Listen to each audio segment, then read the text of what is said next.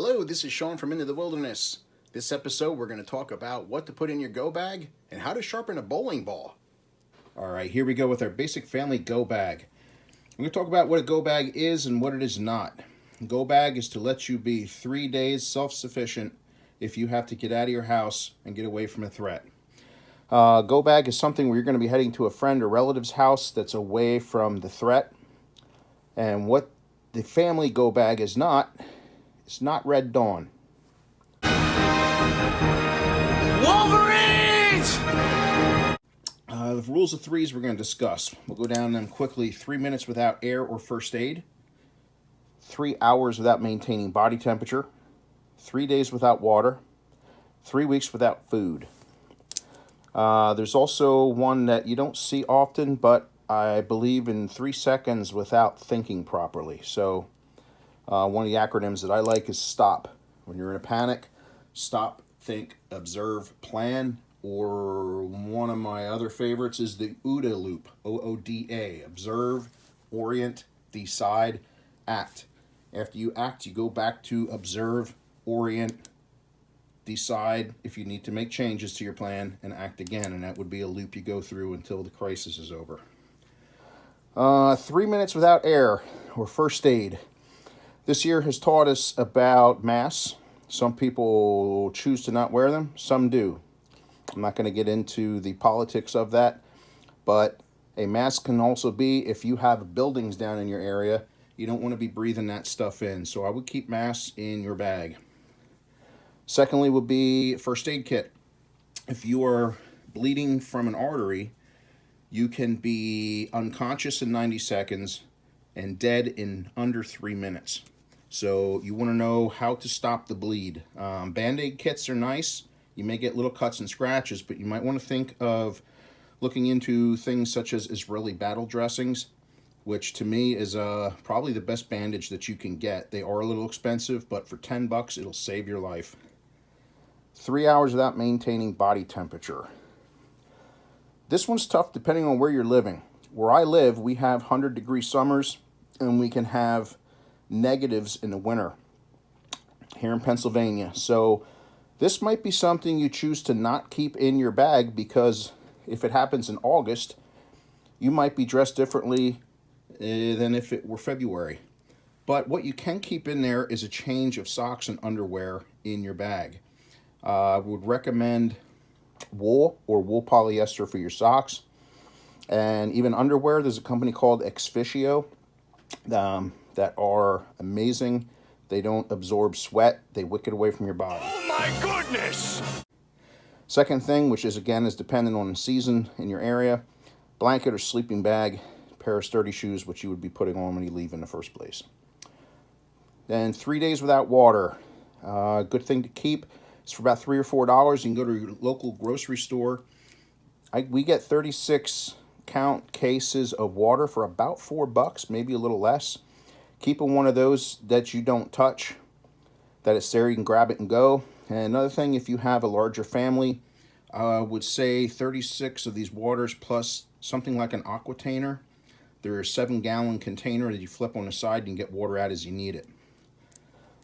Water purification, we're going to do that in a later video. This is not a complete go bag. This is just basic, something to get you going. After that, we go 3 weeks without food. What can you keep in your bag? Lots of these. You want quick food, something you can grab, granola bars. Candy bars are okay, but if you got heat in your area, you might wind up a chocolatey mess. The next thing we go to is, let's see, food bars, crackers. If you can keep small peanut butter and jellies, peanut butter and jelly in the smallest container you can find. Peanut butter's great for protein and fats, jelly sugars, and with the crackers, you can make yourself little sandwiches. Also, keep those salt, pepper, and sugar packets that you might see at restaurants or fast food places. One of the other things that you can keep is a can of nuts. These nuts? Got him! Got him! These here, Mountain House breakfast skillet, This says 1 serving. This is 1 serving if you have other stuff to eat. If for a grown man, I'm still hungry when I eat one of these. But these last about 25 years. You can stick them in your bag and forget about them. You cut off the top, put boiling water in, seal it for however many minutes it tells you to do so. Good to eat. The other brand is Backpacker's Pantry. This one is Louisiana red beans and rice. This says makes 2 servings. I say this makes 1 serving for adults or 2 servings for children. Again, these last 25 years, and I think they taste good. The other thing you put in there is, I didn't count these. I believe this is 3 days worth for 4 people.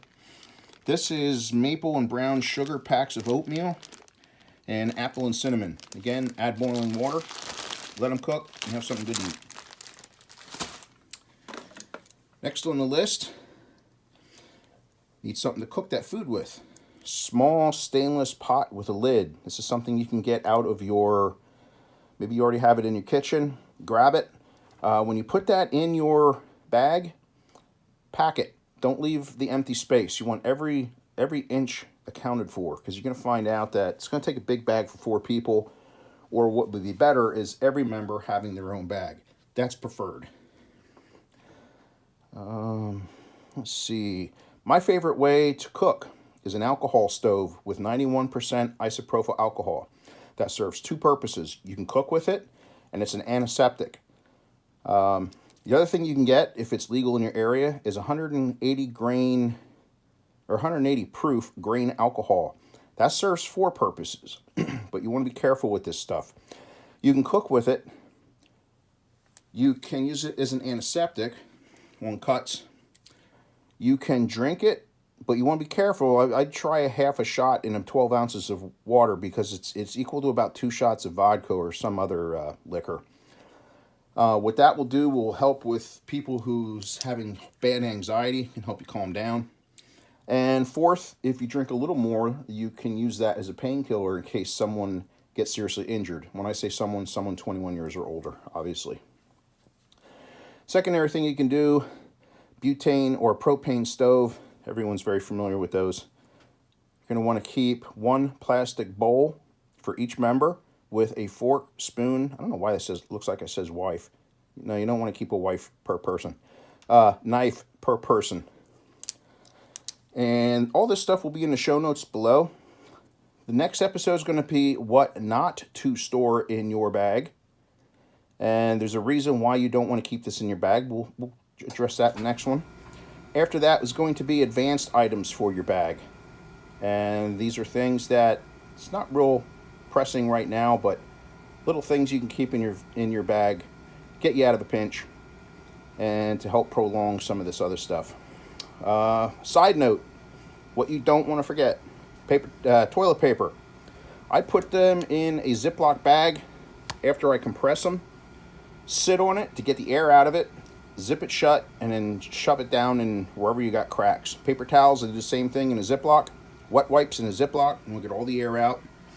Feminine products. You're going to want to keep feminine products in your bag for every female for 1 cycle. You're going to be a hero if you have that for your wife or your daughter. That happens at that time. So keep that in your bag. That's it for this episode. And we'll see you shortly on what not to store in your bag. Take care. Oh my goodness! Wolverines! Nuts. Got him! Got him!